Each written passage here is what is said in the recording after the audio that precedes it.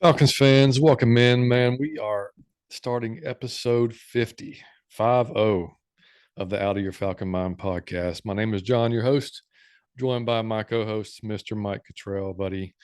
Not the best of 50s that we could have been recording on, but hey, we're here. I wanted to come in on 50 on a high note. I tweeted, I shot my mouth off before the game, said we will beat the Super Bowl champs. I have full faith. Crazy game. I'm out of my Falcon mind still, but it's getting, my light is getting dim, buddy. Oh, no. But I'm hanging in there, man. Out of Your Falcon Mind, episode 50. Me and my man, Johnny Yates. I'm proud of us. So let's start there before we even get on the team. There we go. Shout out to us, buddy. We're doing a damn good job. We do a damn good job. I mean, we have a little bit of information, a whole lot of opinions, a whole lot of fun. That's what we talk about. That's what you have to do. I got my Starbucks here, so this is the first time we recorded early in the day, buddy. Midday, episode 50. How about it? That's right. For those of you that don't know, it's about 2:00 here Eastern time in Atlanta, and that's when we hit this around nighttime, somewhere 8:00, in the evening after our day's over with. But this is how much we care, damn it. We're taking the time out of a Monday, middle of our day, because we got to get this show out, because I've got my kids got baseball practice tonight from 7:30 to 9:30. It was a late game yesterday. So, here we are. But hey, this is fun though, so it's all worth it, right? Yeah. We will have some fun today despite what happened yesterday. Let's get into it, buddy.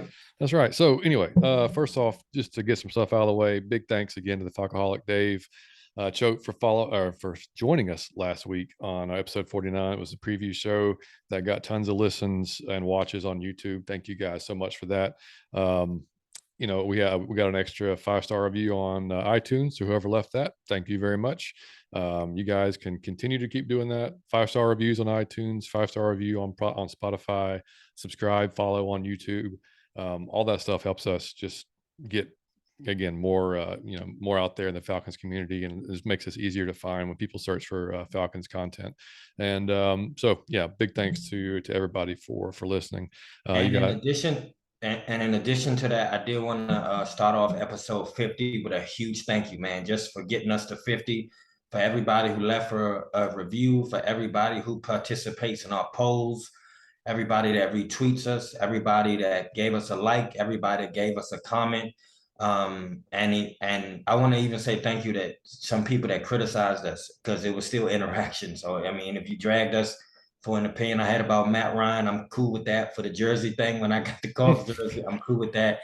I just want to, from the bottom of my heart, for all the guests, from all the people who we interacted with, you guys have been awesome. So just shout out from the bottom of my heart to getting us to 50. We wouldn't still be doing this if you guys weren't participating like this. I think we said that in probably episode 1 or 2, that if nobody participates, we would call it quits. And it's been great success. It's been a lot of fun, but it would not be without you. So I really, from the bottom of my heart, appreciate everybody to give us a listen. It would not be without you. So shout out to you guys. 100%, man. It's an awesome community that we ended up finding and joining. I mean, just we try to kind of go toward the positive people, and I don't need any extra negative shit in my life. I don't know about you. No. I mean, I'm good. So, I mean, it's fine. We're fans first. Both of us are, for a long time. So of course, we're going to have our opinions. We're going to criticize. We're going to get stuff wrong a lot of times. We're going to get stuff right a lot of times. So it's okay. It's all good. I mean, that's just part of it, man. And, we just got to be not afraid to put it out there. So, that's it. And also, man, we shouted this dude out a while back, and we're going to shout him out again, because he tweeted us today and said, I have now had 2 tweets featured on my 2 favorite football podcasts. It may be a small thing, but for a kid who loves talking football, it feels huge. Giant thanks to both Chris Sims, QB, and Out of Your Falcon Mind. Cole, man, I told you on Twitter, but I'll tell you again. Thank you, dude, man. Like, it's just to have dude, to be one of your favorites. Awesome. I mean, that makes what we're doing worth it every week that we do it, and thankfully, we got other folks that, agree. So that's a plus. But no, seriously, man, we really, really appreciate that. So thank you, Cole. That's right. All right, man. Moving on. So you watched a little bit of college football on Saturday. Before we get into this Rams review, what'd you think? We I'm texted a gonna little bit. I'm gonna tell you, man. I always thought my whole life that it was a born. I just can't get into it because I don't know the players, so I don't really get into it. So I did promise you guys I would get into it this year. I've taped the two Georgia games before now. I've watched a few of those. Couldn't really get into it. Now on Saturday, I watch was it man, Northern Illinois Huskies. Got so into it. It was an awesome game they played. Was it Vanderbilt? Vanderbilt. Yeah. It was an awesome game. And they had like our uniforms. It was very similar. I thought like the mascot was awesome. It was an amazing game, even though they lost. And I got to watch Maryland too, the University of Maryland, which would be my home team from where I'm from, which I thought those two were awesome. I got into it, man. I just thought it was exciting. But those were really games. I got to see who played that night. Was it Miami? Miami, And Texas A&M. Yeah. played against Texas A&M. I saw that one as well. I saw somebody get drilled in that game, which I love. I enjoyed it, man. It was really I love football and those it was good games. And I like the fact you could do a little more as far as after the whistle and you could hit a little bit harder, you could push, you can get a little more rowdy in college football. I thought the fans was awesome. I like the mascots. I like the jersey. I really got into it for the first time on Saturday. So I will tell you here going forward, will be watching the University of Maryland and Northern Illinois Huskies. I might have those both as my team. Yeah, I never thought about Maryland being your team. That makes perfect sense. Yeah, it makes perfect sense. Yeah, Yeah. right. So I may go with the home. I didn't just want to pick Georgia because they good already. I didn't just want to go in on a winning team. I don't agree with that. So Well, I mean, no, nobody's yeah, I going to can't blame pick the you. I Super mean, Bowl champions and then say, "Oh, this is my new team." I hate people that do that. So I'm gonna pick somebody regular, the University of Maryland and the Northern Illinois Huskies. Hey, you know who was a Husky? I looked to see who the NFL players were. they've put out a couple of guys. There was hardly any, but Michael Turner was a Yeah. Husky. How I about did not that? know that, so that was kind of dope. But I'm all for it. I'm here for it. I got football on Saturdays from now on. I'm a fan, buddy. That's awesome, man. Yeah, I'm glad to hear that. And yeah, a few notes that I took for just about the local teams. Georgia Tech. I don't know how Jeff Collins has a job today. I mean, Yeah. if I'm the AD, I saw you tweet about that. I'm shooting him a text like in the third quarter, like, hey, Yeah, look, when we're done today, just go ahead and pack your shit. Like, yeah, right. because 42-0 at home, dude, against It's Ole Miss. great at home. I mean, Ole Miss, yeah, they're I guess a decent team, but you should not be getting blown out at home. Yes. 42-0. Like I don't, and this is not your first year. This, I mean, this you've had time to put your players in, and I don't know. I don't know how he has a job. I don't know how the boosters and the supporters there. I mean, that stadium was half empty by halftime. Yeah, it was. It I mean, it's was. I did see embarrassing. that. It's Yep. embarrassing. I mean, UGA is a fucking monster. They just are. That was They're going they to. stomped. Yeah. And you think, oh, you thought Oregon was going to be just like not great because of how they beat them. Now, Oregon stomped BYU. So, like, a pretty decently rated BYU team. So that just goes to show you, I mean, UGA, I mean, they could be better than last year, which is scary. Georgia State, my alma mater, lost a close one to Charlotte, which was really disappointing. They should not be losing games to Charlotte, but for all you Georgia State fans or alumni out there, that's our Georgia State minute or second. And Bama rolled. They had a pretty easy game against Louisiana University of Louisiana Monroe. For y'all, if you don't know, I'm a Bama fan. I grew up a Bama fan. Of course, I went to Georgia State, so I root for both teams there. And App State, man, Appalachian State wins on a Hail Mary. They beat Texas A&M last week at their place. They storm, like Boone, North Carolina gets stormed by the students. If you saw it on TV or YouTube or whatever, and then they win college game day comes to Boone, and then they freaking win on a Hail Mary. Like what a freaking what a 2 weeks for that school, man. And I watched game day and I watched the whole, like, Boone looks like I wish I'd have known, like I might have went there, man. Like it is a It looked small cool, right? town, beautiful town, man. Like just college, man. Like, let me tell you something that it was glaring to me. The Husky Stadium, I was confused at the fan base because it was more, it appeared to be like alumni, like older folks more. They was paying. I was like, where's all the students? And then I saw LSU Oh, And I mean, the stadium was full. Like they came out in abundance. It was all. It seemed like the whole school came out. It was oh a yeah, big difference in the crowd. yeah. So Watch. LSU had it rocking.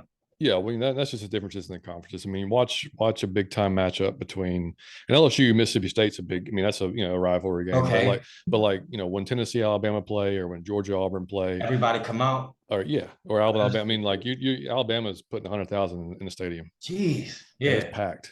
LSU was And like they was. LSU is the same way. Yeah. And so and Clemson even in the ACC same way. So I Mhm. mean, it's there's some insane amount of fandom going on in the SEC, no doubt about it. All right, so anything else on college before we go on to I just the game? I'm so happy to have it on Saturdays, football on Saturday, to be able to watch at least two games. And I got ESPN Plus, which means I will get to see them Me too. all. Yeah, that's yeah. I will get to see Maryland and the Huskies every week.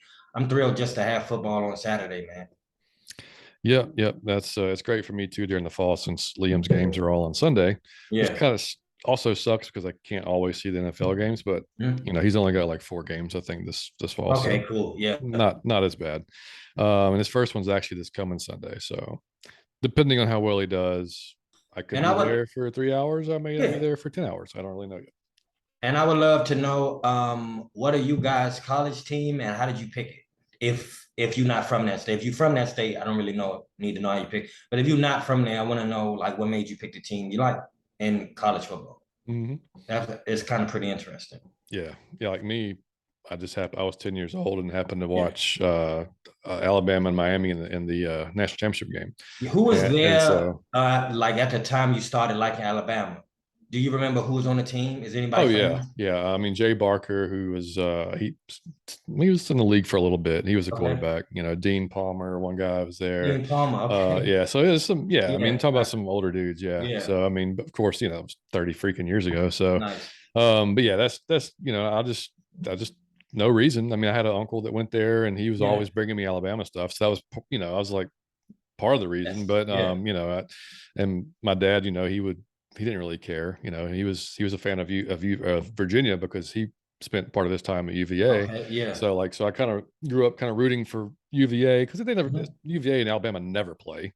So I Okay. mean, Yeah. like I can root for both teams, whatever. But yeah, so that was mine, and I just kind of stuck with them. Um, all right, man, on to the game. So yeah, we felt pretty confident going in to the game. Maybe just because of how we looked in those 3 quarters last week. The fourth quarter sucked last week, but we kind of went through that already, and we're not going to rehash it. But And it was not just my delusion because John did a poll and mhm. most of you said like we will win by a close margin. So I mean, it wasn't just my normal delusion that I have, every episode. No, no, I mean that was We all kind of felt good, didn't you? yeah, exactly. I mean, I ran a poll prior to the game, and it was like, how you found about the game, and yeah, I mean, it was a little. It was funny, like the winner was that we're going to win a close one, Mhm. but the very next one was we're going to get our asses blown out. Like so, like that. I Falcon mean, fans, I love you, buddy. I get you. I gotta love you guys. you had two completely different, Yeah. yeah, answers there. But I mean, yeah, and the way it started, okay, the first drive. I mean, I thought that confidence was pretty justified because here we are, just kind of going down the field, like, all right, here we go, we're going to roll again, at least not roll again, but we got some momentum.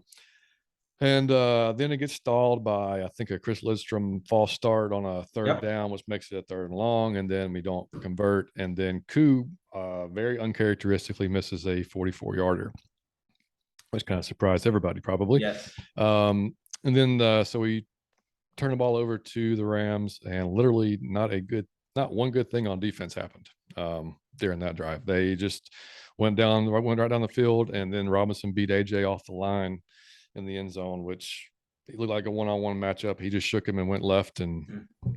that was that. Now, if you recall on the previous episode, I said he was there on Michael Thomas every time his hand was on a few of them balls. He got beat on that play. He got He beat. got shook off the line. He was nowhere. He got beat fair and Yep. square. He was Yep. nowhere near the man. He got shook. Yep. But And then he was tackling. mhm. AJ Terrell came up and made a few, which shocked me. That's a really little dude. He was tackling. I will say that much. Yeah, no, he was not shy about putting his body in Yeah. there. That's a fact. So anyway, yeah, they go down, they score. makes it 7-0. Then we don't convert, give it back to them. They come down again, pretty much no problem whatsoever. 14-0 at that point. And then we end up getting Koo kicks us a field goal on the next one. And I mean, really, I mean, and then where Mariota threw a pick and he got, I mean, it was a PI and then kind of bailed him out there big time. So, I mean, and he was overthrowing some balls, man. Like our receivers are, most of them 6'4", 6'5", and he overshot London one time, I think about 2 or 3 feet. Yeah. I mean, he jumped and still it was way over his head. Yeah, that was, yeah. Matthew Stafford, as you, to toot my own horn, I said on the pregame that he wouldn't have the mistakes from week one. I think a lot of y'all thought he was finished or hurt. And that's Matthew Stafford back there. And he started 11 for 11. He was going through us like a hot butter knife through butter. Like it looked like a hot butter knife. He was doing whatever he wanted. Like he started 11 for 11 before he incompleted the pass, before he threw an interception. So yeah, and then also their O-line was already beat up, like we talked about in the preview show too. They lost another guy in the first quarter, went down. So now, I mean, you talk about like just a thin offensive line as in general, and we really couldn't generate any pressure whatsoever. I mean, it was not a good look. So Kadero Hodge makes a huge catch, but kind of like on the next drive that we had, big 4th and 1. After Mariota fell down on the play, that was awesome. I mean, yeah, I mean, give him props awesome. I got to give him props on that one. That was pretty amazing.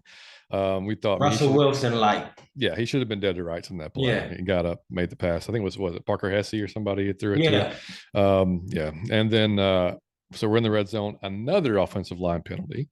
This time, Dahlman gets called for a holding, backs us up.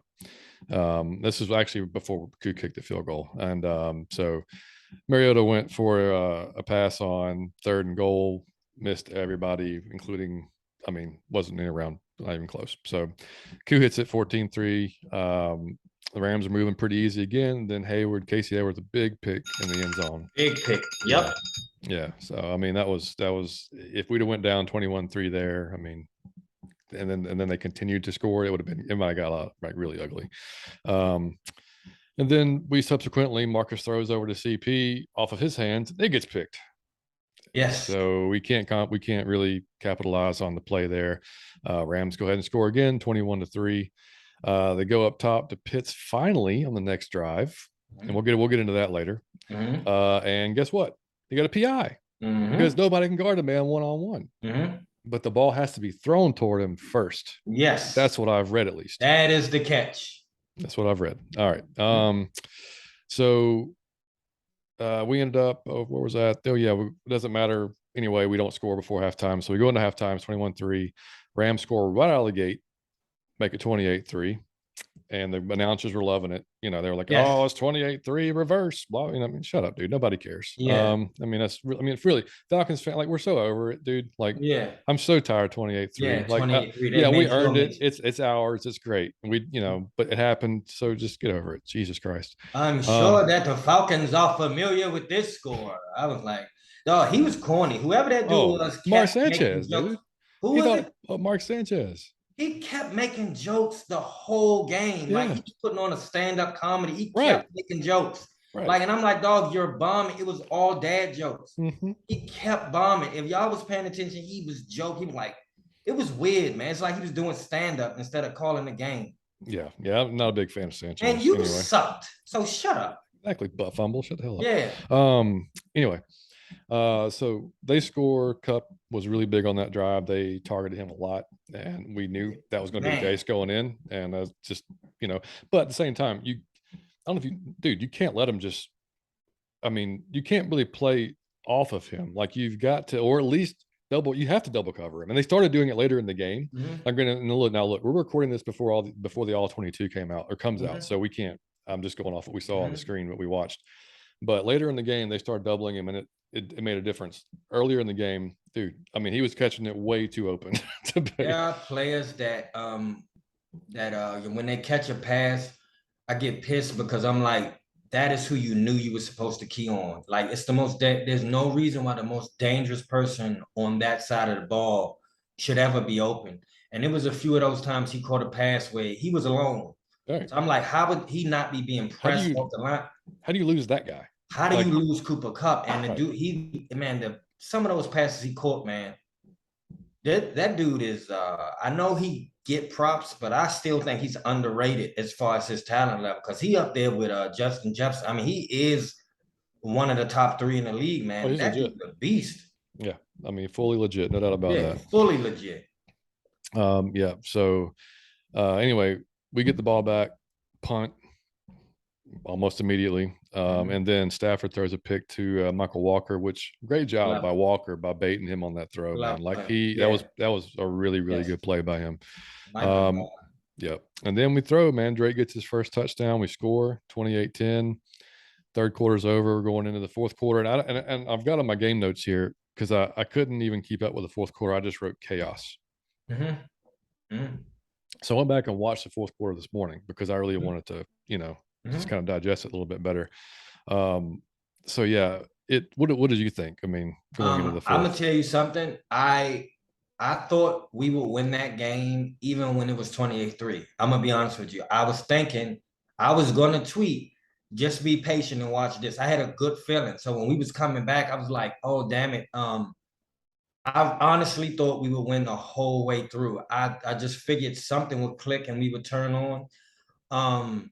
But it was too many mistakes, man. But when we were coming back, I'm not even lying. I was expecting us to do what we was doing. I was fully expecting it. I just thought it would be through Kyle Pitts and Cordell Patterson. I had no idea it would be like all the other people. Well, we were on different wavelengths then because I had given up by then at the start of the fourth quarter. I had packed it in and I had just basically had no emotion on my face, and I was just watching the game for our podcast. but I mean, I got so loud during the game, like the dog had left and Amanda decided to take Liam and they went out to go shopping or something because they couldn't be around me. And it's funny because like we didn't expect a lot from the team, but you still get into it regardless because you're a freaking fan of the team. So even though we're not a very good team, but you've seen the potential, so it pisses you off when you're not really reaching that potential that you think they have, well, that you've seen that they have.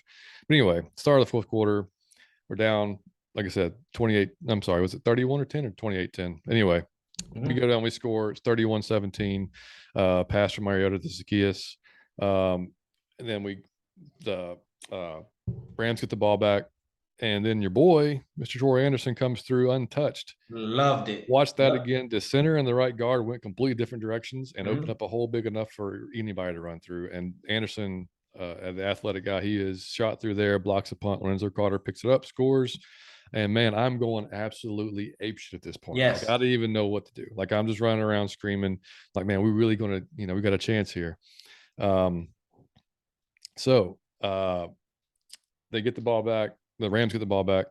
And again, Kupp catches the ball across the middle on Darren Hall, who fantastically punches the thing right out and then goes and recovers the damn thing right on the sideline. So, and that was I think it was a 3rd and 4. So that was a conversion there. That would have been almost game over type of thing. But yeah, so that huge play by Darren Hall there. So we get the ball back. And so here starts the final drive. All right. So I got zero issue with the first 3 calls on that play, on that drive. You got 2 quick throws to London, which is and he first down, hurdles a dude, looks, like a, just the star he's probably going to be. And then we get, we have a run play with Algier, I think was the 3rd play. Was fine at the middle.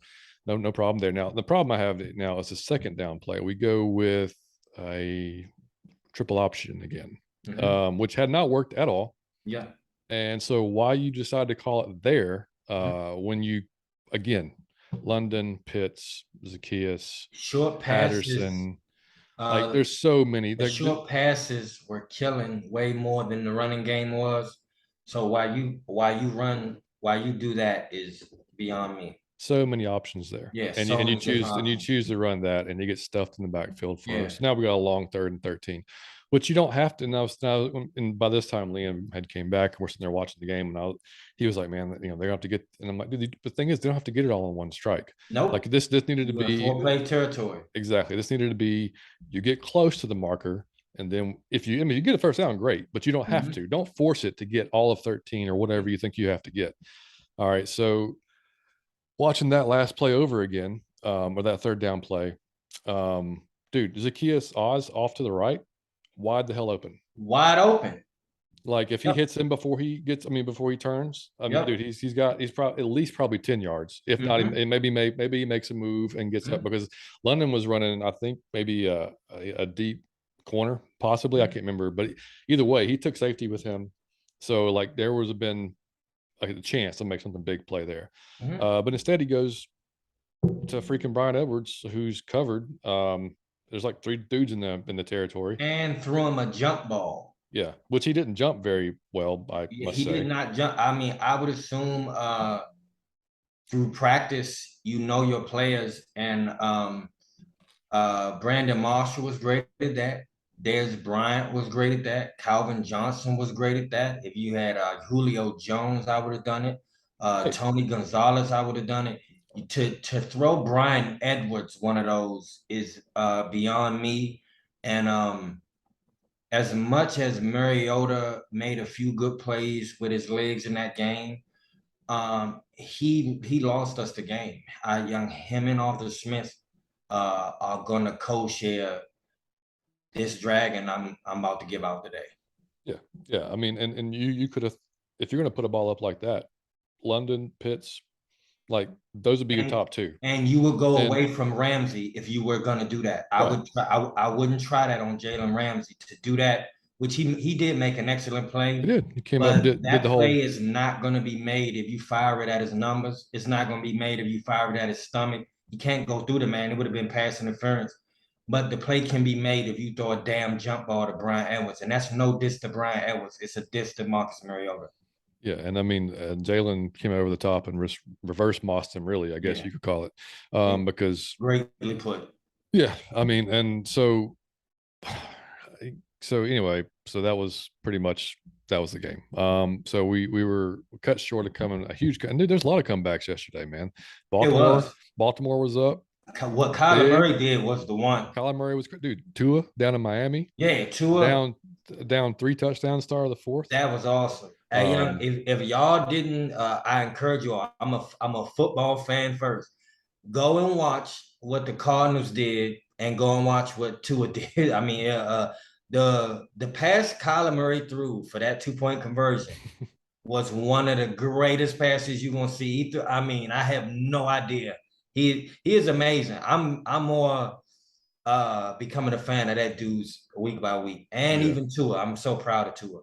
yeah. But back to Tua took a lot of shit in the offseason, took a lot of shit. I and now mean, now he's like, yeah, all right, he's loving it I'm now. so proud of him for making the league. You can tell the mental preparation is when I mean it's Oh showing. yeah, He's showing up to play. I love it. oh yeah, But back to yes. Marcus Mariota. I have to do this, man. You all know how I feel about Matt Ryan. So to have him swapped out for Marcus Mariota, I was disappointed. Okay, but I was excited because Matt Ryan can't run. So I know now we got a whole new weapon, which is you have to play 11 on 11. This should open up a bunch of different things. When the play break down, he's gonna be able to take off, which he can. I'm so excited to watch him do that.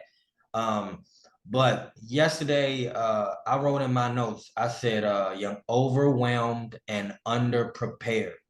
I'm gonna tell you something who also shares that title. I thought it was ironic because Arthur Smith looked overwhelmed and underprepared. And I haven't said that about him. Those two people looked overwhelmed and underprepared. Uh, you would have thought that Mariota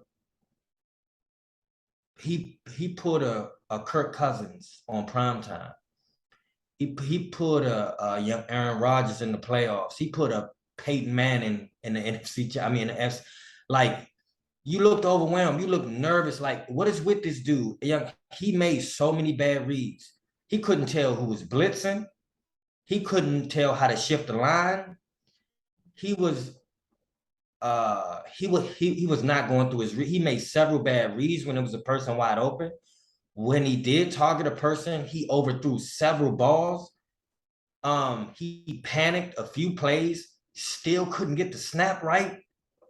Like, dog, you made every mistake you could make in an NFL game. You look like a rookie that was overwhelmed with all the noise that you just didn't know. You didn't know how to handle the pressure of a professional NFL game. You look like you buckled in every way you could buckle.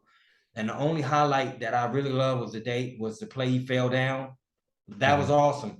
But all other than that, that man looked like a panicked person that they had just thrown in, that didn't know the playbook, that he didn't know who he should throw to for a jump ball. He didn't know who was supposed. He threw some balls where the man wasn't even there. The man, it was like it was nobody there, and we was confused. Like he didn't even run the route you threw to, so it looked bad. It looked him and Arthur Smith, and Arthur Smith made calls. He looked like he was panicking. Yeah. He Oh looked yeah. like We didn't even talk about it. Yeah. We he he looked went like for he it. couldn't think clearly. Like he was in a rush. He had 30 seconds to call, and he was panicking. Like I'm gonna just throw something out there. And I was disappointed with both of them, man. Yeah. We didn't even talk about the going at fourth on fourth early in the second quarter. I think it was Yeah. in the 50-yard line. Why would you do that? And I don't care so much that he wanted to be aggressive there. Again, Mhm. though, the freaking play call, The play call, like, yep. dude, okay, look, it gives me a headache.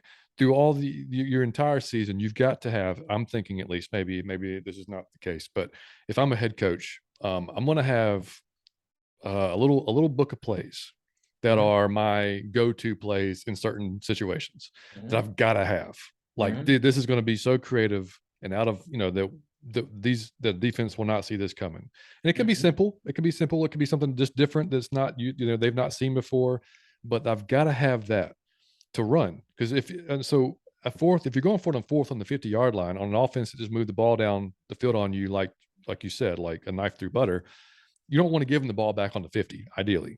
Mhm. So maybe not run up the middle into the heart of this defensive line and defensive front, which is one of the better ones in the league. Mhm. So like that blew me away. Like I didn't because we always get on Arthur for not being aggressive or whatever enough, but like I'm okay with that him being aggressive. But Jesus Christ, man, like that's the call you're going to go with when you got to have it and then you just give the ball right back to him on the 50. So And we had a play that kept working. I don't know for the life of me, I don't know why some coaches switch what's working. I've seen this happen several times.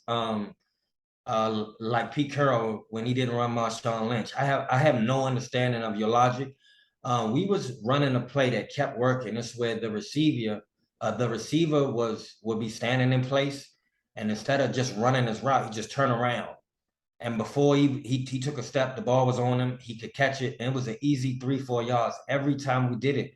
While you would choose to run into the teeth of somebody that's keep stopping you when we need a play, when it has to work. I can see you doing that when we can sure. do it.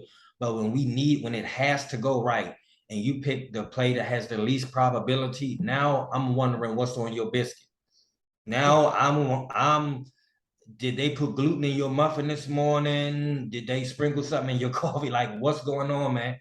You know what I'm saying? You needed a venti blonde roast from Starbucks, 5 pumps pumpkin spice, 5 pumps vanilla, buddy. Okay. You didn't have your cognitive ability all the way. You was tripping. And I love Arthur Smith, but that looked like an inexperienced head coach who was overwhelmed by the noise in that stadium. Like they couldn't think. It was like they was jittery. They couldn't think clear. Yeah. It was shameful, man, because we could have won with a Yeah. few less mistakes, 100%. with a few of those penalties that did. If those didn't go, and a few of Marcus Mariota just making a play instead of doing some dumb shit, and a few of Arthur Smith, man, you got that card and you put it over your face like you got a top secret play gonna work. You may as well have shouted the play Hmm. because the shit didn't work. Why are you hiding your mouth like this going? You may as well have told Sean McVay.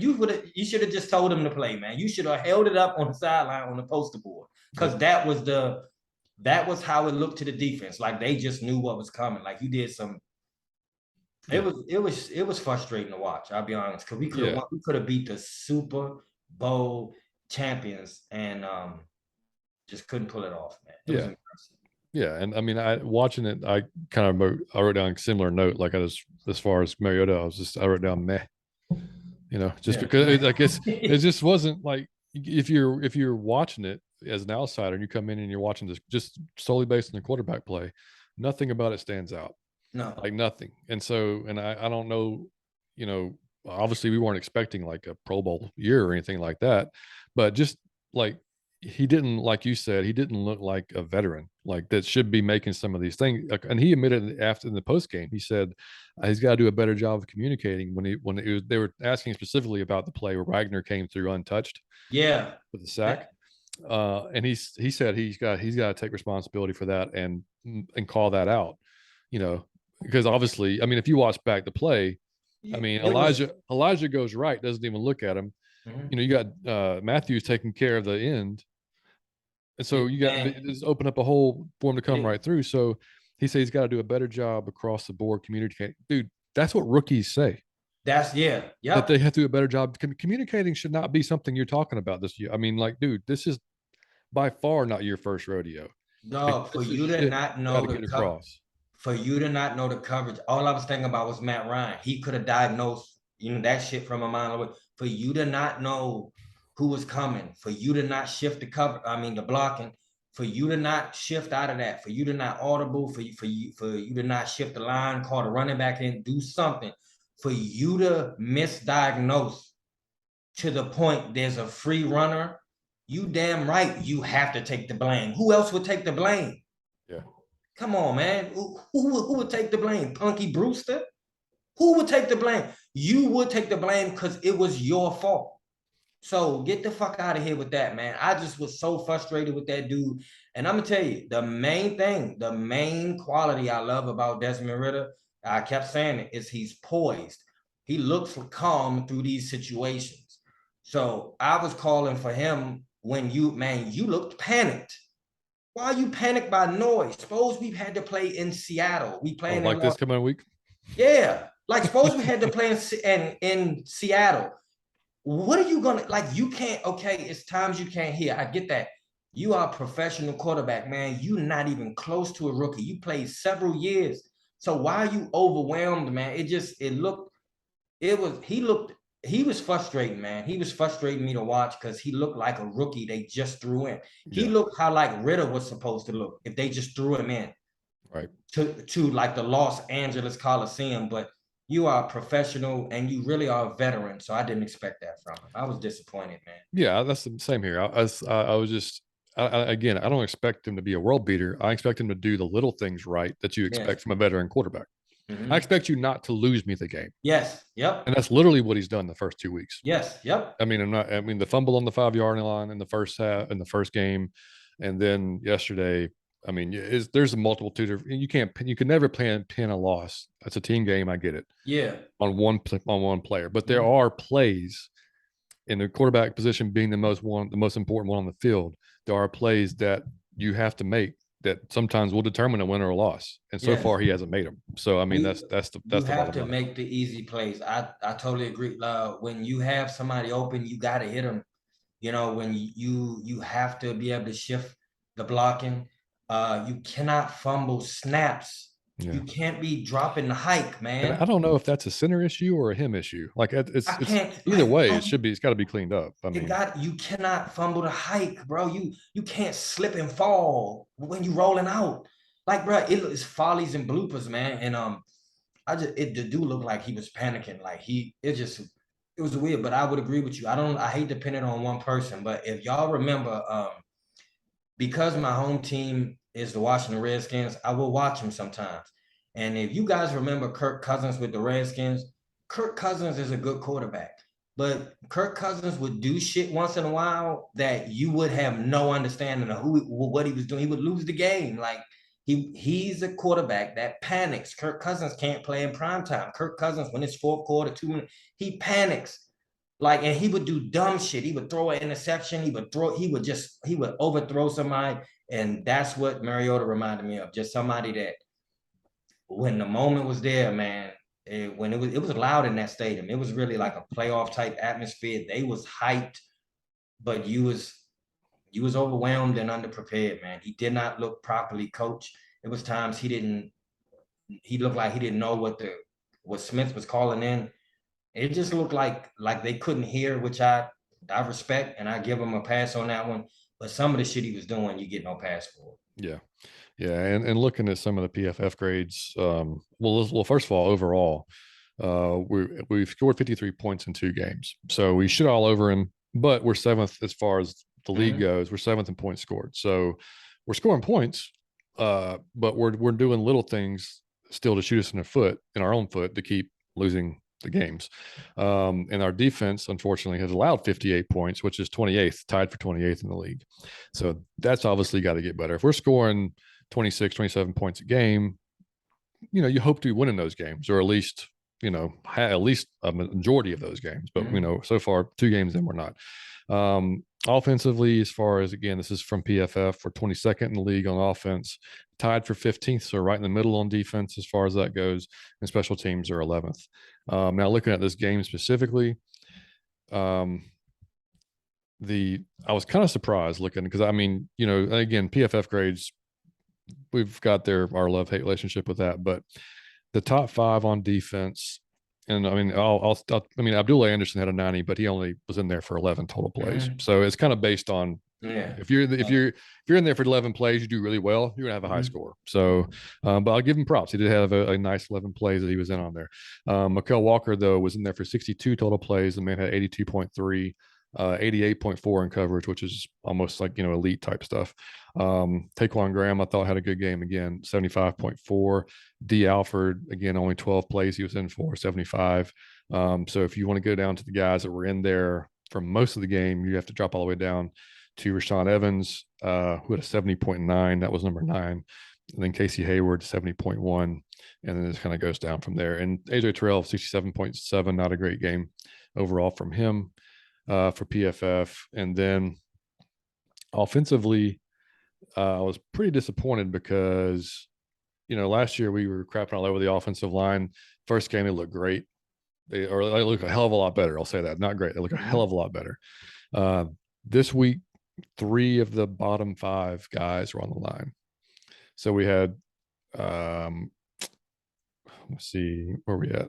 Oh, that was run blocking. No, Elijah Wilkinson, Caleb McGarry, and Drew Dahlman all had not very good games. And unfortunately, that showed up with, and I get it. No, you're facing Aaron Donald in the front. That's really hard. I get that. That's one of the best fronts in the league.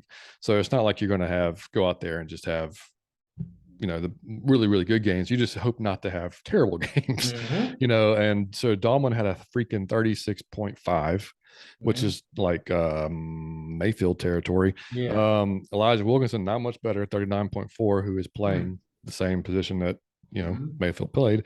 Caleb McGarry, 47.3. Kyle Pitts, 50.8.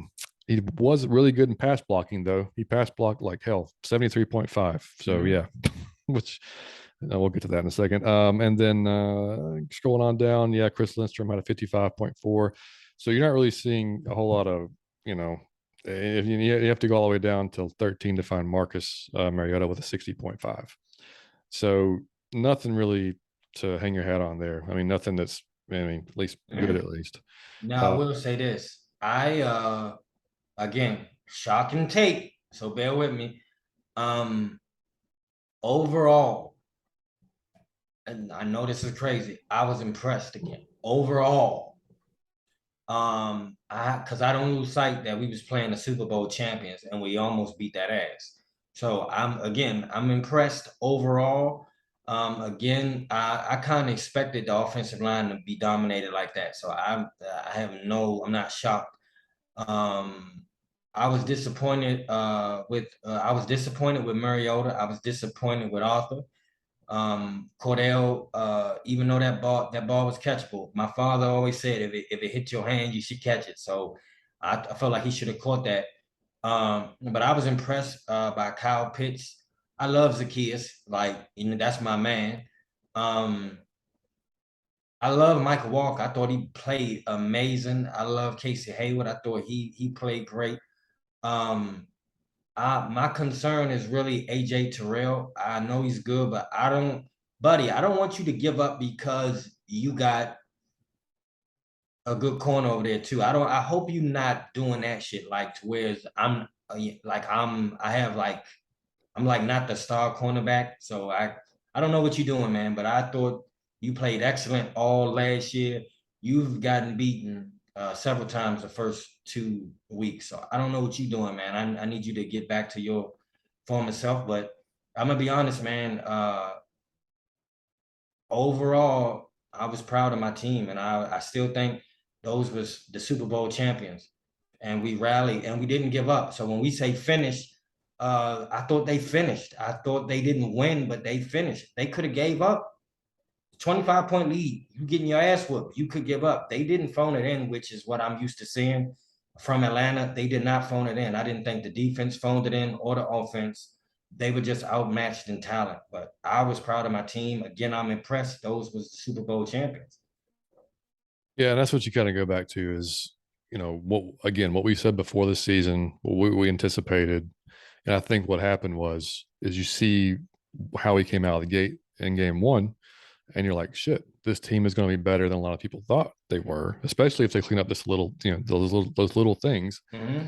And what we say before the season, we say we hope we see growth from Arthur Smith too. We hope that he makes changes in the way he sometimes calls a game or makes decisions, stuff like that. Now, the Saints game, we go to that soft zone for that one drive, which I think we did. Again, we talked about the Commanders game last year, similar, same result. They go down, Mm-hmm. score pretty easily.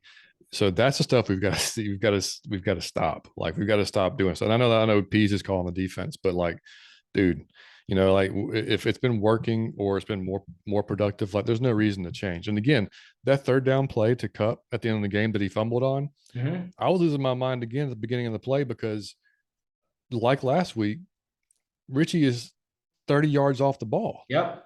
And he's he's barely on my screen. And Mm-hmm. I was like, he can't even affect the play.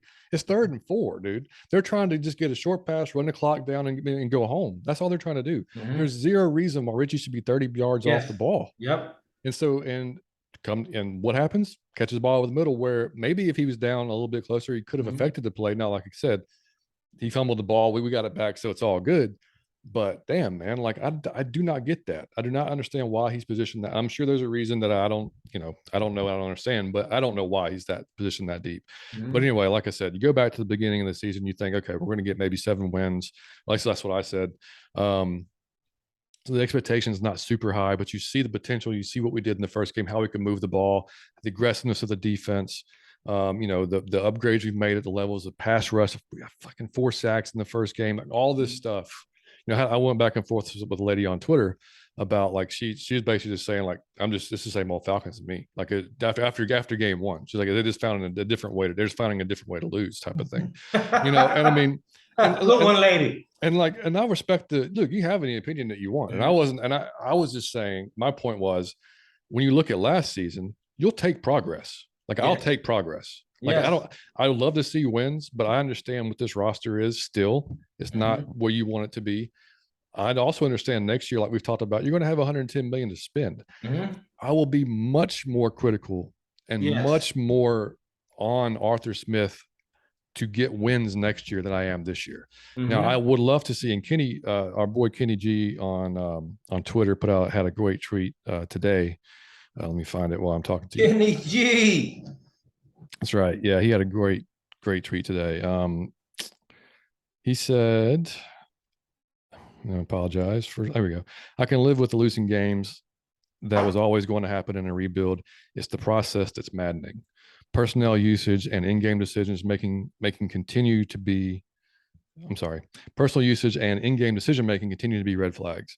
In the long season, it's a long season with time for adjustments, but you'd like to see it sooner than later. Like perfectly said.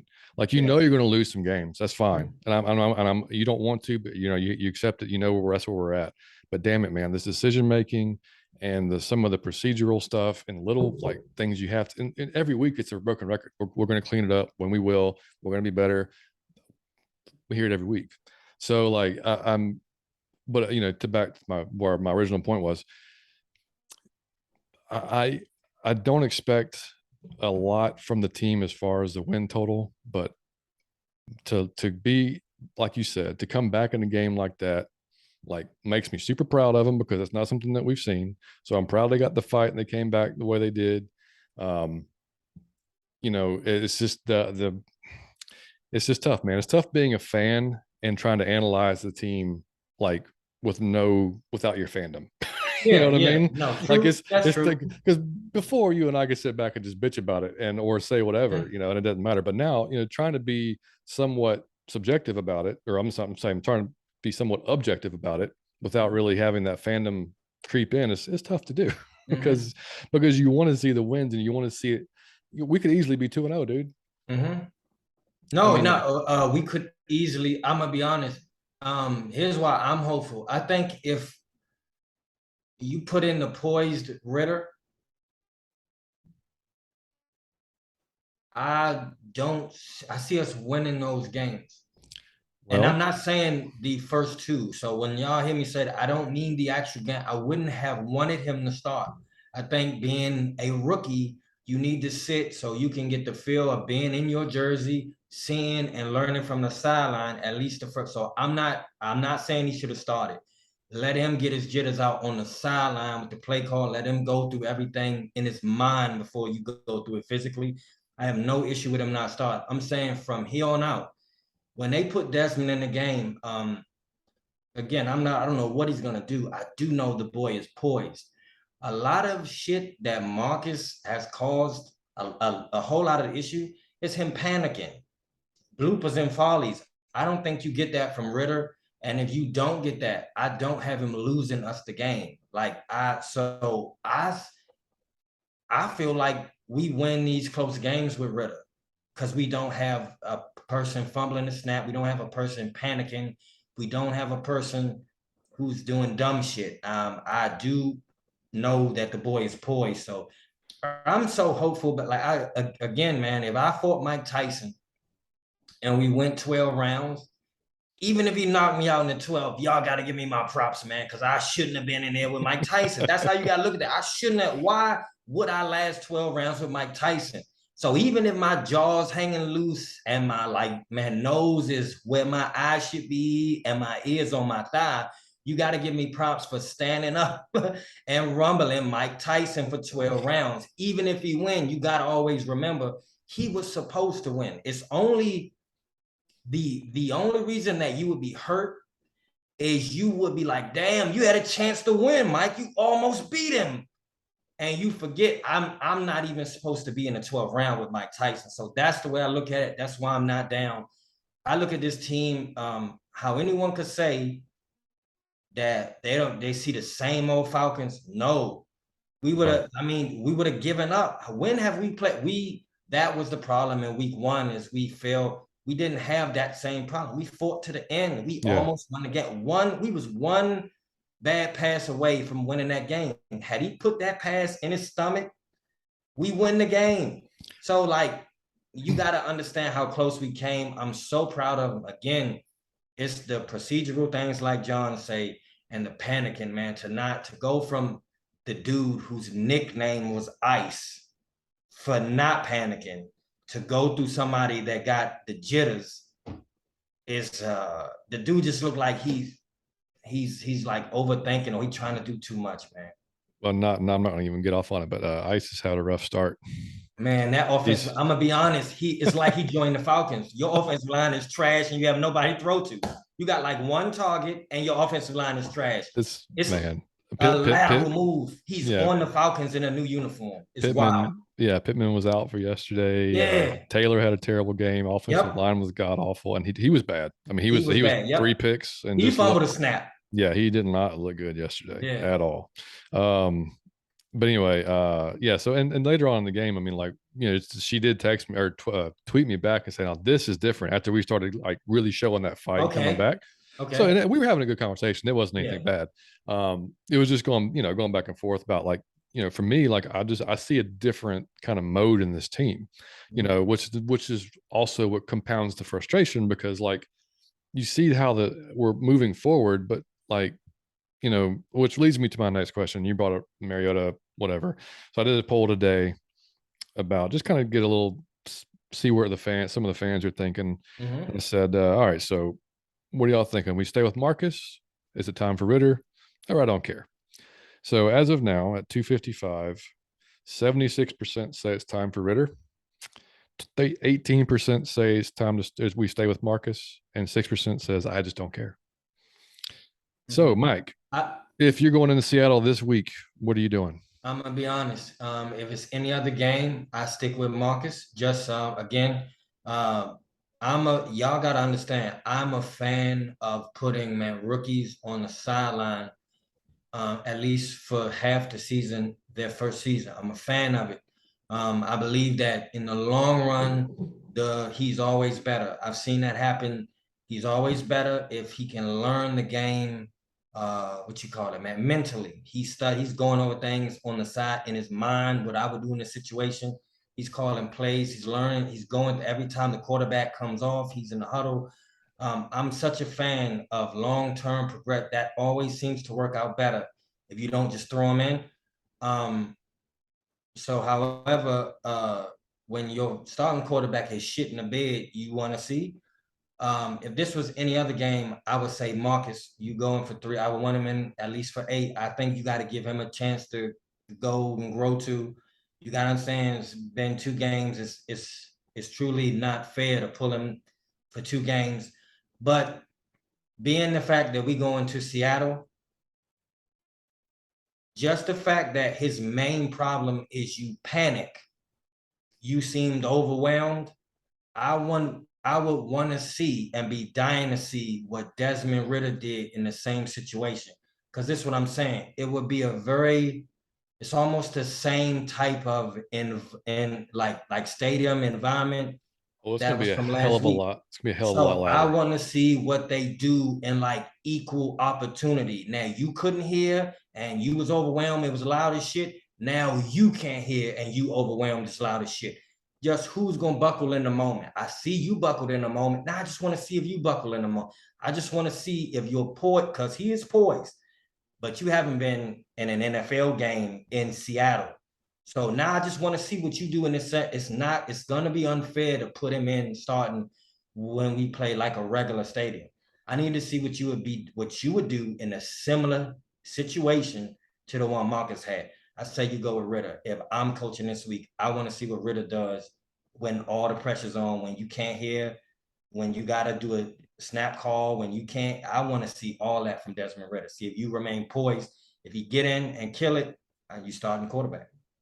Yeah, so we thought about this prior to the season, and I said that I probably would want to see Mariota for at least 8 games, you know, and then we would decide then if we're 2-6, if we're 3-5, whatever, time for Ritter at that point, because you're probably going to be out of the playoffs. There's literally, Mariota's not going to be your future.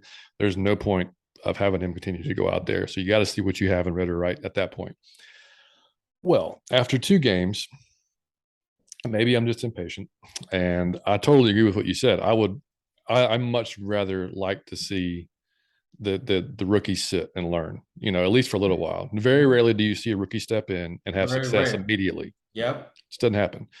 Not to mention on a team that's not, now on offense, we really can't say he doesn't have a lot around him, because he's got a lot of talent around him.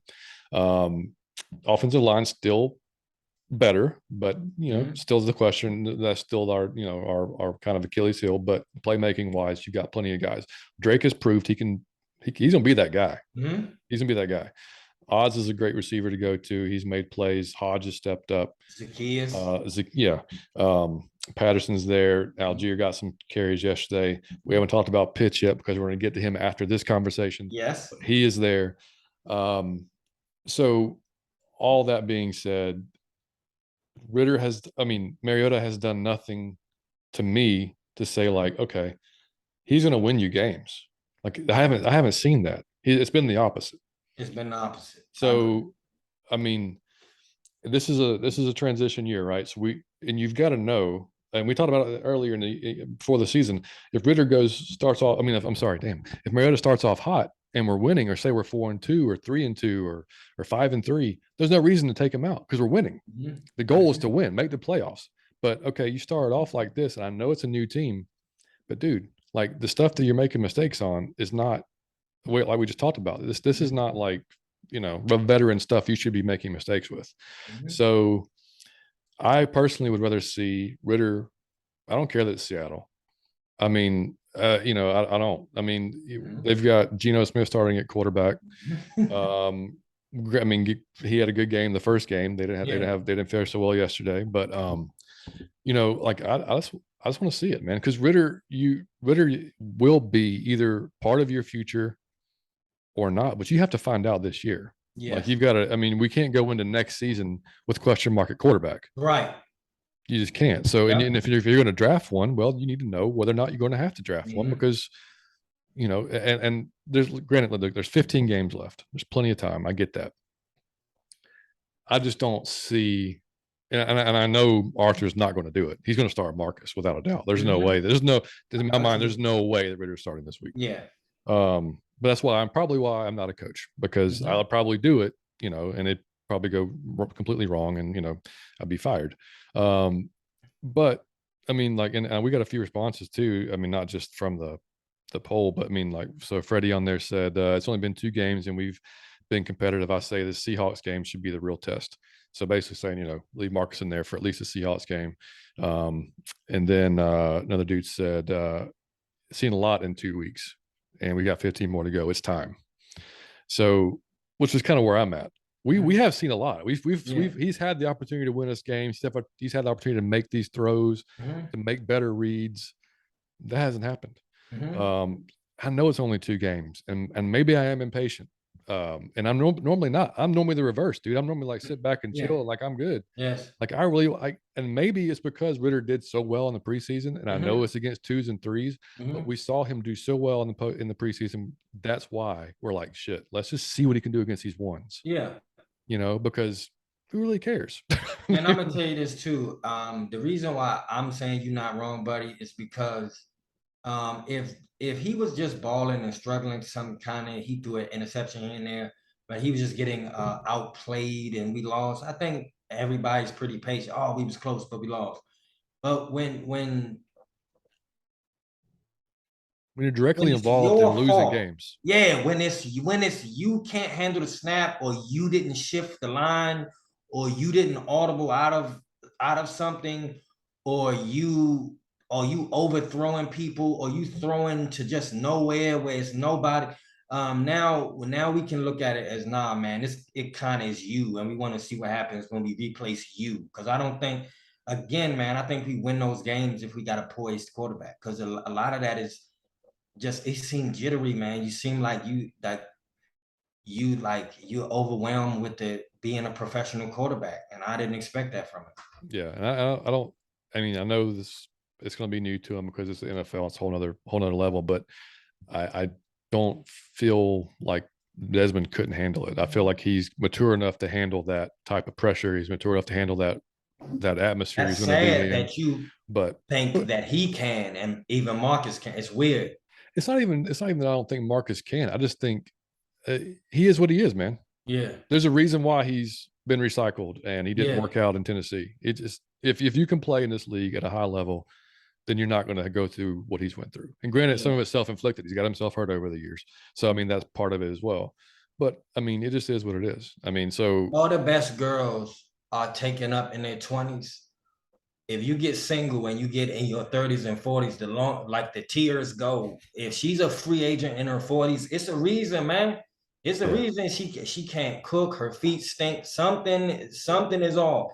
And he to me is like he's serviceable, like when you just don't have a quarterback. You feel me? yeah, Like to me, he'll be a good backup quarterback. I think he's serviceable. Like I called him a hot dog. It's like that's what he is. It's a spring roll without dip, yeah. or like tortilla chips without queso. It's like you will eat it if you starve him, but that's what he is. It's just no, man. And like John say, I don't expect my quarterback to lose me the game. I don't need you to make a mistake that loses me the game. And I'm not used to this from Matt Ryan because I felt like it was the opposite with him. He would be the one that was playing well, and then the team would lose us the game. I'm not really used to the team kind of doing well, and then my quarterback can't handle a snap, or he's overthrowing people that are open. And we didn't even talk about the Hail Mary at the end of the game. or the Hail Mary that never was. No, You got three guys rushing, dude. You got three guys. how? How? And then for him to even in, man, you should be taking off backwards to find a spot To get rid of the damn ball. to get rid. You should take off backwards, find a spot to plant your back foot and launch it. For you to be just running around aimlessly, dog, you not Pat Mahomes who can just throw it on the run like that. You got to set your feet and you got to bounce off your back foot. So I would think that you would dart to a point, step back, and launch it up. He was just running around like he had to throw for 10 yards, and he didn't even get it off. It was terrible by the offensive line. It was terrible by him. Terrible. Yeah, both. And Arthur's comments after the game, I watched that press conference as well. And, he said he thought Marcus is doing, of course, he's not going to throw him under the bus. Mhm. He said he thought he's doing a good enough job he's keeping him in games, blah, blah, blah. And then they asked him about Pitts. Again, I think it might have been Torrey McElhenney who asked him about, again, wasn't a whole lot of utilization of Pitts. And, he said basically that, there were some times they tried to throw it to him, he's covered, and blah, blah. And they asked Mariota the same thing. And Mariota said, he'll get his balls, it just depends on the game flow, how it's going, sometimes he's covered and we'll try to go to him. We did go to him on the one time as a PI. Yeah, I don't get any of that. Because Kupp got his targets. Mark Andrews from the Baltimore Ravens, Yep. 13 catches, maybe, I think. Yep. Nine catches, 13. I don't remember. He killed it. Yeah. He's their best, probably offensive pass catcher. So this is my thing, man. The man's name or his nickname is Unicorn, right? So you draft the man number 4, and I tweeted this and last night, and he's the playmaking ability that he has, and then through 2 games he's got 4 catches and 38 yards. Now we need to get into this. I'm totally in agreement with John. I don't have Kobe in my starting lineup and say, wait, I just can't get Kobe the ball. I find a way to get Kobe the ball. I will base my offense off getting Kobe the ball. I'm gonna get you the ball if you was our best player. And again,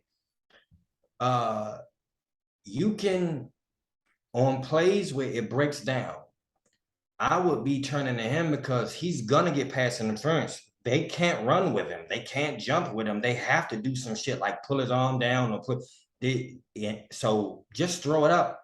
If I by chance see him one-on-one, I know pre-snap I'm going there. Matt Ryan had a thing with Julio Jones where 100% of the time he looked over there and saw him in single coverage. He was taking a chance. I'm like, I'm going. I know where I'm throwing. You can't. He might miss it. I might overthrow it, but the chances are you can't jump with Julio or run with Julio. I'm gonna take the chance. For you to not be, and I think you got to work him into it. If it's a screen pass, if it's a reverse, the way they do with Deebo Samuel. Right. They gonna make sure he's involved in the game. Yeah. Now our boy Toby, I didn't mean to cut you off. Yeah. No. I'm just saying, like, I think you have to make sure that he's involved. I don't know why you would ever do 2. He's my fantasy starting tight end. He's lost me both of the game. I mean, 2 weeks because he's getting like no points. Yeah, well, Arthur made a reference to that in his press conference. He said, he did. He said, "We're not playing fantasy football. We're trying to win games." And I look, I don't care about his surliness. I don't care that he gets pissy with. I don't even care about. And he didn't even seem pissy when he said that. It was just kind of like part of the statement he was making. But dude, everybody gets that. What everybody doesn't get is the fact that literally the best playmaker you have on the team, and he's not involved. Yeah, after 2 games. Now I know, and now Drake he's benefiting from it because maybe if those guys if they're bracket coverage on Pitts, then there's gonna be other guys open. They're gonna benefit from that. I get that, but the man also has to be targeted. Like I mean, and Toby, our boy at Pound for Pound, he tweeted back response to me, said, "I figured they wouldn't be able to get Pitts going this game. The Rams have been good slowing down tight ends. Now if he bums out versus Seattle and Cleveland, week 3 and 4, who are more favorable for him, then we have a problem because both these teams have shown that tight ends is a weakness." I totally get that as well. My problem is he didn't line up at tight end all the time. He's lining up at wideout a lot of He times. was at wideout a few times. So that's all true and stuff. But I mean, man, like, and I get the cover, I get the matchups, all that stuff. But my thing is, dude, these guys, these playmakers, these top playmakers for each team, they're getting their looks every game for the most part. So Mhm. whatever it is, and Pitts says the right things, man. After the game, he said, it's selfless ball, and which he's not a diva about it. He's like, I'm going to get mine. This didn't come my way this game. All this regular stuff you're going to hear after the game, which is great. It's great that he has that. But I mean, hopefully it's not just hopefully he's not pissed off behind the scenes. Doesn't seem like that type of guy. He seems like Mhm. he's fully bought in team dude. Yet. Um, let's hope not. Yeah. But yeah, I mean, like I said, you've got to, and like you said, you've got to scheme things for him. Like, I mean, find ways to get him open. I mean, like, because when he gets a ball in his hands, man, he's a You have to, man, AB, when he was with the Steelers, they schemed things to get his hands. He was going to get 10 of those a game, like 10 of yeah. these targets. He was getting the ball. Like, we're going to scheme to get you open. Man, so I just want to say this. A great frustration I had with Matt Ryan was that it was smart. I understand it. Like, I understand what Arthur's saying, but it was still a frustration I had. Julio Jones, when he's healthy, is one like top 3 in the game. I felt like Matt Ryan and our offensive play callers was always cooler with him being a decoy. They was cool with him taking 2 people out, and then we just gonna work with like the rest of the field. They gave much more emphasis on the rest of the field. Okay, he gonna be out of the play because there's 2 people on him, so we gonna take those 2 people, and then we just gonna look at the rest. And that's why he would rarely score a touchdown. And there was times you feel like get Julio the ball just in a screen pass, something, just get him so he get involved in the game.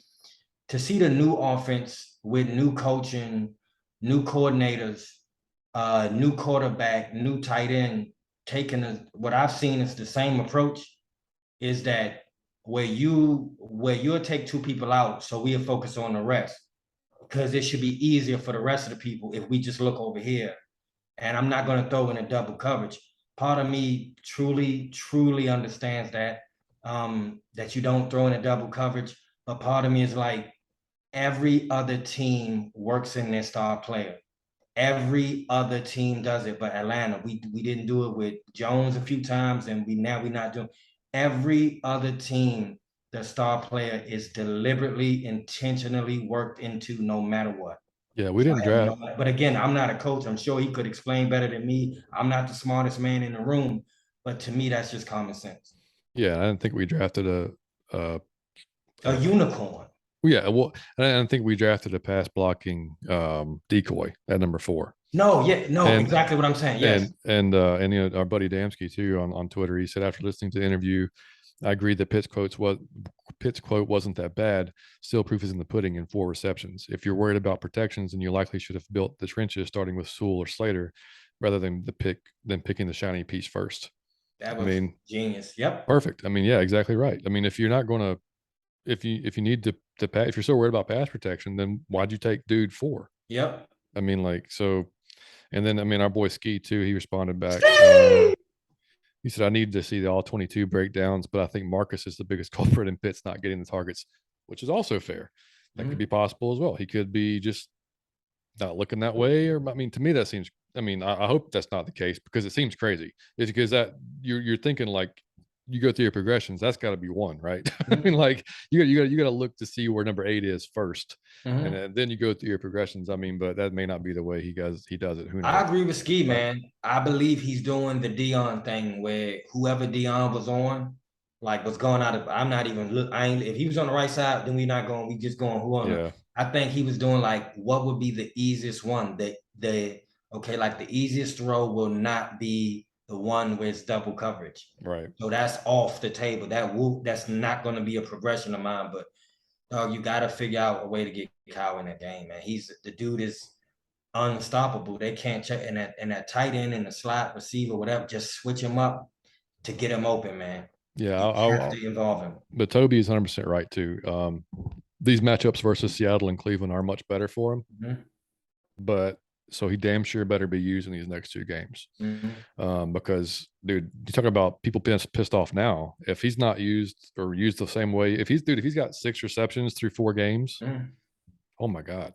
And Like, look, here's why you gotta love Toby, because I wouldn't have never known no shit like that. How you know the teams that struggle with the tight end? because That's why they you gotta study a love lot Family Guy. more than we do. Yeah, man, Toby do not be fucking around. He know who struggle with the tight end, so I love him for that. Absolutely. Yeah, that's why we I'm love those down, guys. buddy. Yeah, man. So, but yeah, I mean, so overall, man, like we said, I mean, I fully expect Marcus to start this week. And I fully, really, honestly, unless he hurts himself, expecting probably to start half the season at least. Mhm. And then unless Arthur surprises the hell out of me. Um, but man, if we go for whatever reason 0-4, I mean, I'm gonna Yeah, have to. look, I'm going to see. I'm gonna have to see some justification of yeah. why he's or understand why he would still be in as your quarterback. Because there's no point at that time. Really, there isn't. Mhm. I mean, you can say that, yeah, we're still trying to win games. Of course you are, but you also have to look toward the future. That's just what you have to do. I mean, Mhm. that's just the reality of it. You have to see what you got in the quarterback that you chose to draft. Um, so yeah, I mean, as I'm, I still like Smith. I still think he's a good coach. My confidence is starting to be a little shaky. It's going down a Mhm. little bit. Mhm. Just because decision making just isn't, play calling just not quite, I mean, just there's been some play calls in some critical situations that have just been kind of mind boggling, Mhm. and I don't think you got to be the smartest guy in the room, which is what I think he's been tried to kind of outthink the. You don't have to, man. Just call what works. I mean, I there's think that he think that I'm thinking that he thinking that I'm thinking, and you yeah, just do some dumb shit. yeah, yeah. When you just need to just, I mean, Just do what's been working. yeah. I mean, just get the ball to your playmakers, scheme a Yeah. way to get to your playmakers. Like, whether it's the fourth down call, whether it's not going for it for fourth down last week, when you probably should have at the end of the game, you know, Man, um, hey man, you could drive a car with your feet, but that don't make it a good idea. But you just do what's been working. If you've been driving it with your hands all along and you ain't hit a pole, my man, just keep driving it with your hands. yeah. And I fully do. I 100% believe he wants to win. And of course he does. He wants to do what's right for the team, all that Mhm. stuff. It just hasn't worked out. And so far, this season. And I mean, with the better personnel, I mean, like I said, the defense, we made some plays in that game, but um, overall, not a good day for the defense overall. I mean, a few, without Matthew that, Stafford was some of them passes was outrageous, man. He was yeah, he was on fire. yeah. I mean, you got to give it up. I mean, those guys are paid very handsomely as well to do their job. So we're not always going to have, lights out. That we're not playing Jameis Winston, Yeah, So I yeah, mean, who by the way threw 3 picks yesterday. yeah. Um, The but Jameis I knew what resurfaced. I called it. Yeah. So I gotta ask you something, John. yeah, I know my fan base so well. I know you guys so well that I stayed off Twitter. I haven't been on Twitter. I'm not even looking. I know you guys so well. I say this. I know because I know how they did Matt. When Matt would this, he should kill himself. He should need to be hit by a car. Uh, so what I'm asking is this: I bet the bulk of our fan base agrees with the lady that you were speaking with, and it's gonna say that, man, this looked like all this talking y'all did, new regime, rookies, new coaching, you got rid of Mamra. This looked like the same old Falcons. The feeling is the same old Falcons. What I'm asking you is, if you are at the podium right now and you're talking to our entire fan base, are you in agreement, or what's your message to the fan base? And right now, what do you say to the bulk? Because I'm telling you, I know them so well. They are saying, man, like, you know how you said like 6% is I don't care. In a week it'll be 20, in the next week after that it'll be 60. Like, it's good. Believe, man, we check out fast. So I'm just asking you, what do you tell our fan base right now? And should they be hopeful? Should they be like, I'm not passing judgment yet, or should they be doubtful? no, I would say definitely still be hopeful because, I mean, you got to look at, dude. There's barely any players in the previous regime still on this roster. There's like Okay. there's single digits. So, I mean, it's no longer the Dan Quinn Dimitrov team anymore. The young guys that we've added seem to be now really contributing. I mean, like Richie's having a good season. Jalen Hawkins is having a good season. The defensive line's looking better. Taquan Graham's looking good. We got Lorenzo Carter in there, 4 sacks in the first game. You know, all these positives that we've seen are not necessarily related to the play on the field. I mean, I'm sorry, it's not necessarily related to the coaching. It's related, those players are the differences that we've seen. Okay. Right. The problem, and unfortunately, the problem that we've seen, and I'm not trying to single these guys out, but Marcus has been an issue in the first 2 games. All right, fumbling on the 5, miss snap, misreads, whatever. And then this last game, again, same deal. He's not winning you a game. And then some of the play calling, some of the decision making by the coaching staff, whether it be P's going a little bit soft on that drive against New Orleans and just getting eaten up. Yeah. So those are the things that bug me.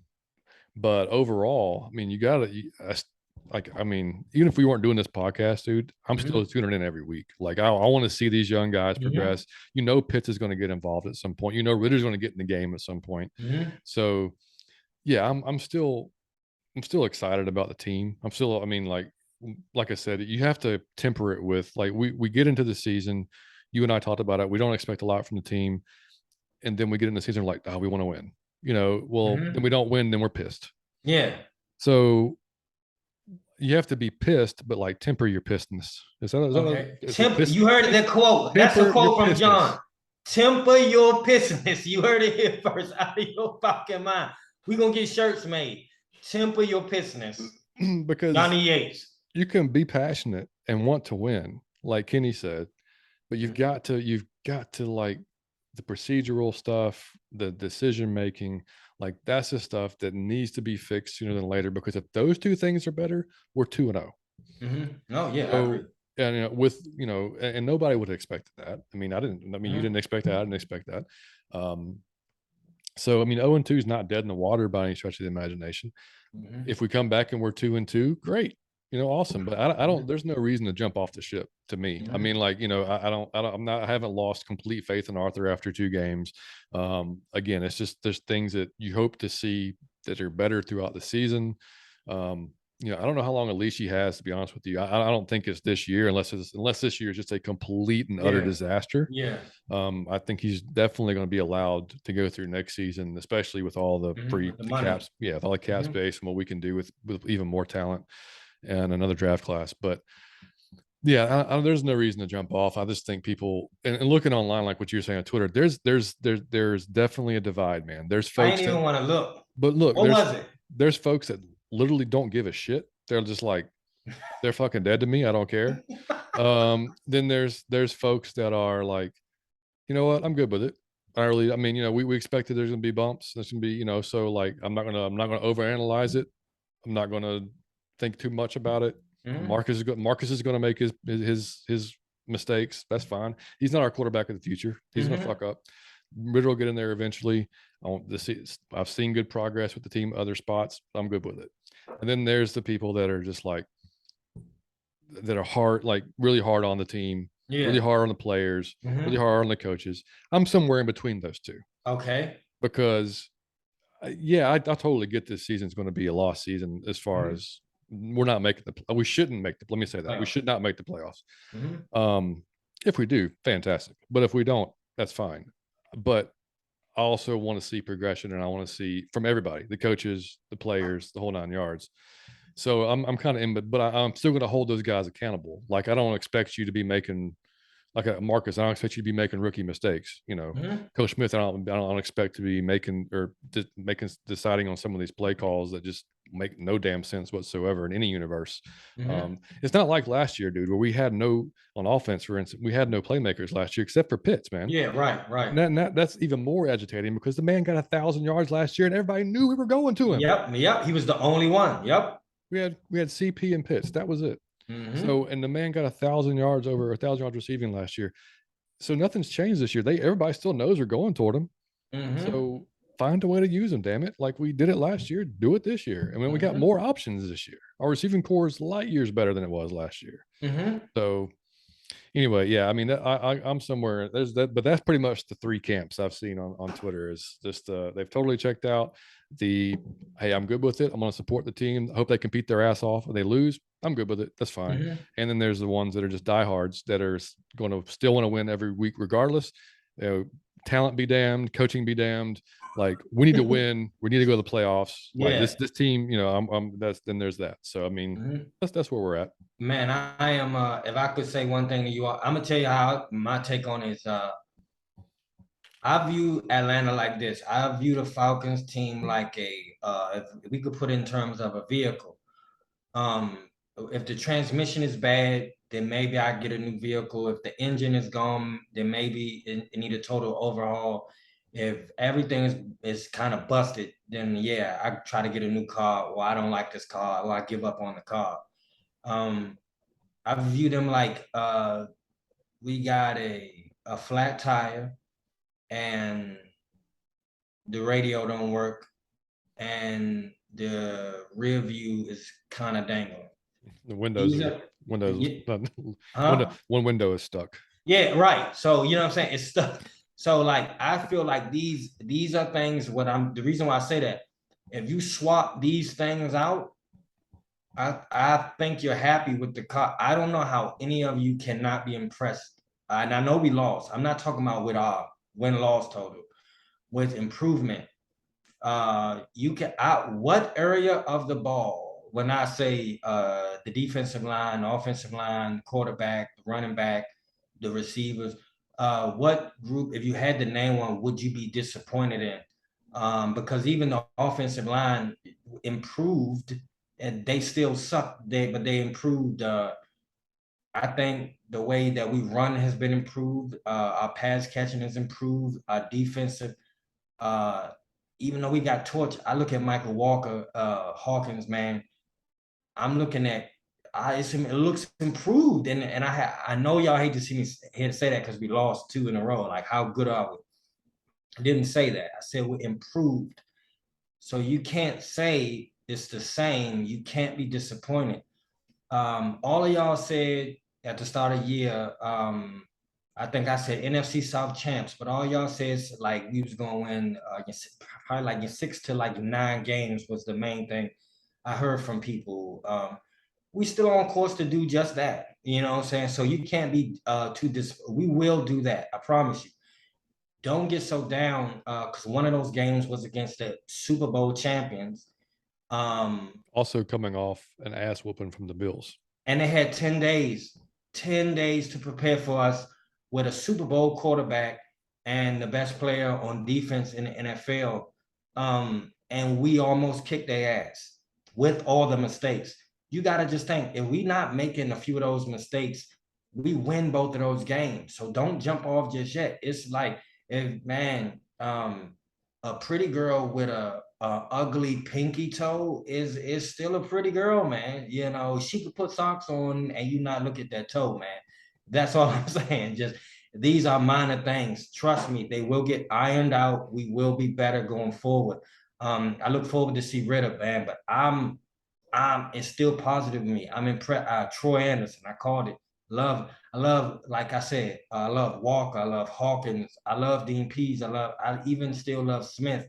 But Smith, I will give a 2 game pass for growing as well. You got to grow with the team. But like I said, I have very a small tolerance for coaches doing dumb shit. Yeah. Because you the leader. I have a very small tolerance for you panicking.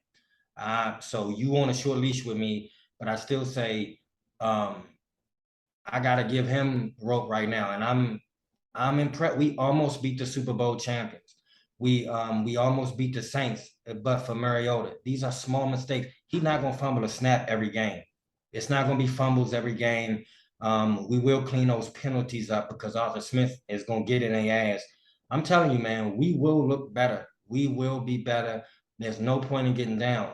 This is what you should have expected to see. And to be honest, it should be better than what you expected to see. To be honest, the way we play should be better than what you all expected.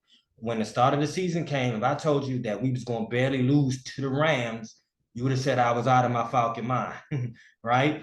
you would have told me that, but that's what happened. But yet you all are still disappointed.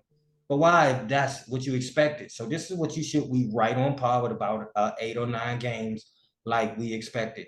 Don't panic just yet, even though we all want to see Ritter.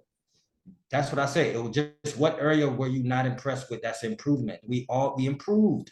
We improved with pass blocking. We improved with run blocking. We improved with look at Drake London, man. Look at Zacchaeus, how all these people showing up, man. Look at the defense, the plays they made. They almost brought us back in. Now I know they let a whole bunch of points up, but they almost brought us back into the game. They was punching balls out, getting interceptions. Casey Hayward, end zone, saving touchdowns. What are you not impressed by? Except the coaching and the quarterback. And even the quarterback, I'm impressed by just because it's just different than Matt. If some plays where I know Matty would have took a sack that he kind of got us out of. So I was impressed with those. It's just 2 positions I have the smallest amount of patience for is the quarterback and the coach. Oh yeah. So that's why I'm frustrated. But I'm happy, man. That's the perfect way to end it, man. Perfect way to end it. I totally agree. Except I am 100% out on Mariota, and John is throwing in the towel on you, buddy. I've seen all I need to see. Hey, I hope but I also will say this: if he proves me wrong, man, I will gladly eat crow and say, yeah, I was wrong, and he's doing great. But right now, I'm 100% out. I've seen nothing that makes me think I need to see any more. But anyway, that being said, man, we'll close it there. Do you have anything for underrated, overrated? I've got one underrated. If you want to do underrated, overrated. If not, we could go to next show. You go first, and I'll do one. All right. Yeah. So one underrated, man. The teammates sticking up for their other teammates. And coming off of seeing Mike Evans toss Marshawn Lattimore like a fucking rag doll yesterday was fantastic. Yes. And if you saw the close up, he's telling the ref, "That's Tom Brady, man. What do you want me to do?" Yeah. Yep. I love it. I love it, man. Like, I mean, I know you don't want to get the guy, you don't want your guy to be suspended, especially like a top player on your team. But dude, when you see guys get, whether it's a push or I mean, man, I love seeing other teammates come and like, nah, we ain't having that, and get in their face, whether it's physical or not. Teammates sticking up for one another, man. I think that's just awesome to see. And the fact that it was Marshawn Lattimore getting thrown made it so much better for me. Yeah. So, oh no. Yeah. Yes, I enjoy that. And I'm glad that they did that for Tom. Was Tom, he didn't push, did he? I thought he was around the stuff. Yeah, I think he was just in his face and like kind of saying some shit or whatever. And then what started that? I didn't see what started it. I think he just said, Evan said he was just really emotional yesterday. He said normally, because they asked him like, what is with you and Lattimore? Like, y'all really, beefing that much? It's the 3rd time. And he said, he was like, man, he's like, no, he's like, we're both competitors. He's like, he's like, he was real emotional yesterday, like letting it really get to him. So he must have just said some shit, or I think he might have pushed one of the other receivers or something. But yeah, he had to say something to Tom for him to come across the like 5-6 yards. I did see that to blow his ass up. So yeah, that was fun to see. Okay, I want to do one underrated. My underrated for this week is going to be the Out of Your Falcon Mind podcast, buddy.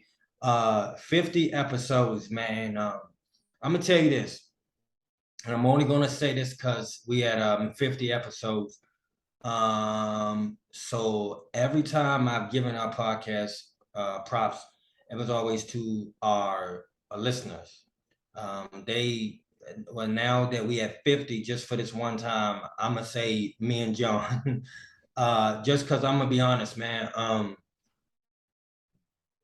It's the greatest podcast in the world. I'm gonna tell you why, man. I think it's the most fun for the people who come on. I think it's the most animated, the most colorful. It's the most entertaining to me. It is, and the people we've had on, we've hit 100% of that mark.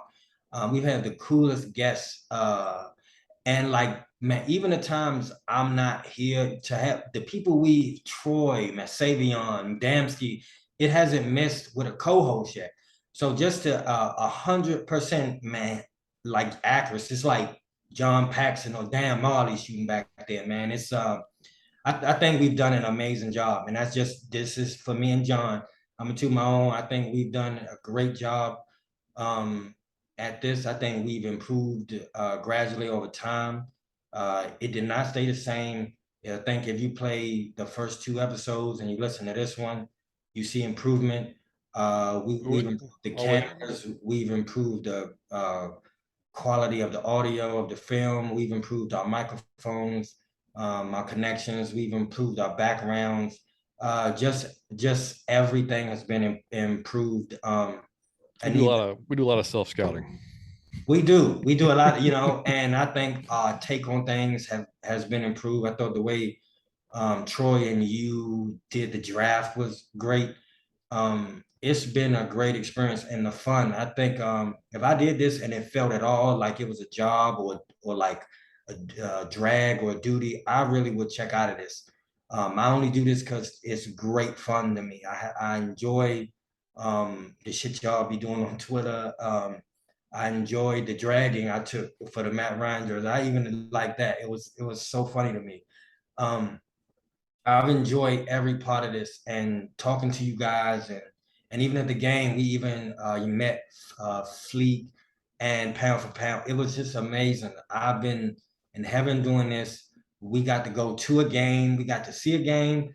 The team told me specifically happy birthday. Like I don't think you could get any greater than that. Mike Davis liked my tweet. It's the heaven, man. I love Atlanta and I love talking to y'all. I'm gonna tell you why. Because the people we've had, they love the Falcons like I love the Falcons. Like they know everything. I don't think we've had anybody who just bullshit like I like the Falcons. But then when you start talking, they don't really know who we drafted or just shit like that. All right. Man, when you get Fleek on or you get man, Savion or Kenny or anybody we've had on, they were in depth, even especially Toby and them, man. They just know it front to back.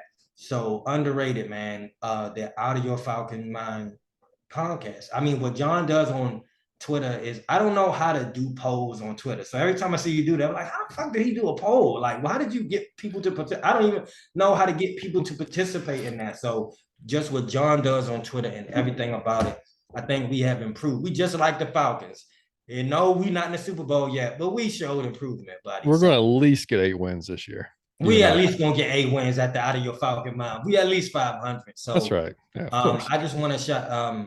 I think I would like to say this too. A special thank you to everybody who's been on our show because I don't think there's one person that's been on our show who was not bigger than us or who had like more of a following than we did.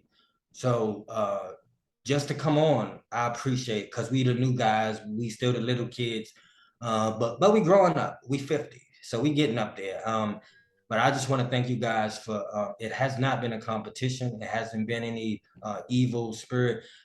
These dudes have no reason to do a podcast and they come on and have a great time with us just to come on and be humble and have fun with us, man. That's all we ever wanted. So in my most humblest spirit, thank you guys. But I gotta toot my own horn with me and John, just underrated. Out of Your Falcon Mind, the dopest Atlanta Falcon I podcast. love it. I love it. Didn't see that one coming by. I freaking 50, love buddy. it. That's fantastic. 50. And you're right, man. And you're right. Like we've said it before, there's no competition at all with these guys we have on that have their own shows. Like there's tons of, well, I shouldn't say tons. There's a lot of good content creators for the Falcons, and that's why we have them on. That's why we want them on. You know, we want to collaborate and do things that's fun for the fan base. It's fun for us. We promote those guys because they're great at what they do. Awesome. And so I mean, like, we hope we just want to be one of the ones you guys listen to or watch. Like that's it. And I hope you really enjoy it because, like you said, we're at 50, so we've been doing something right so far. As we listenership keeps going up, viewership keeps going up. So, much appreciated to everyone out there for that. And speaking of guests, we'll have if y'all are familiar with Big Low Country on Twitter, Big Low, or on he has a fantastic YouTube channel himself. He'll be on with us for the preview show for the Seahawks, which will be probably Thursday. I just found out we got another practice on Wednesday, Mike. So if Thursday is good with you, that's fine. Then we'll do Thursday night, and I got to get with him. But yeah, he's so tune in for that one because it'll be great. And hopefully we'll be talking about a lot more positive stuff. We will. Yeah. Yeah, Cheers to 100, buddy. That's right. 50 more. 50 We'll have more. freaking bash for 100. Hey, I said 100. We invite everybody on. Have a whole shindig, buddy. Yeah. That'll be really stressful for me trying to Get figure out how ready. to get all those people on. I have no idea. See what I'm saying? We still new. We still learning at this, but like I said, I think we improved. So that's just the fact that the audio is better, that the equipment is better. Man, I just ordered some a brand. I won't even say that. I'll just let you guys see it. I just ordered something that was kind of dope. But again, man, thank you, you guys, for just because we the new kids for just coming to mess with us, just to have a good time, because that what it is. It's just y'all come with us and have a good time. And I love you guys for being silly on our show, for being kids, because that's what it's about. Just some boys talking football, and for being as childish with me as I ever wanted to be with every person that came on. Because I asked y'all off the wall questions that I think of during the show. We asked John shit that we not. I asked John questions that I didn't previously say. I just think of stuff during the show. And you guys know I play a lot. I'm very silly, but everybody that's came on our show has been childish with me, along with me, and they was all grown. So I thank you guys for stooping to my childish level and just having fun with me every week, because I've had a blast talking to each and every one of you. Thank you so much. That's perfect. And quick note, Mike and I had not spoken since the game yesterday. So No, today's no. conversation is the first It's the first conversation one. we've had about the game. Yes. The Yes. other than, hey, what time do you want to do the Yeah, show? That's the only yeah. conversation we've had about Yep. it. So anyway, hope you guys enjoyed the show and liked it a lot. And if you did, go ahead and give us a 5-star review on iTunes, give us a 5-star review on Spotify, follow us, like us on YouTube, and tell all your friends, man. Tell as many folks as you can. Retweet us, like it, helps us just keep growing. That's all we want to do, is just keep growing, and so we can do some more fun things. And you can follow us as always on Twitter, out of your effing mind, on Instagram, out of your Falcon mind. Hit us up, ATL Falcon Fancast at gmail.com. Any ideas you have, comments, anything at all, man, we're here. So, Mike, you got anything else, buddy? Consider, if you all can listen to, and this for anybody can hear this, just consider doing one thing for us. If it's retweeting us, if it's giving a 5-star review, if it's man, going to our YouTube and following us, just going to our Instagram. I don't care if it's just asking us a question. I would like you to consider doing one thing to grow our podcast, please. If you can hit it, you could pick whichever one you feel is kind of easiest for you. I would encourage you to just do one thing to help us keep growing. I would like to get to 500. That'd be great. Yeah, 500. Yeah, we're close to 500. Follow us on Twitter now. So we're almost there, man. Thank you guys again. That's episode 50, buddy. That's right. Out of your Falcon mind. That's right. We'll be back later on this week to preview the Seahawks. Y'all have a good start to your week, and we will catch y'all then. Peace. We out.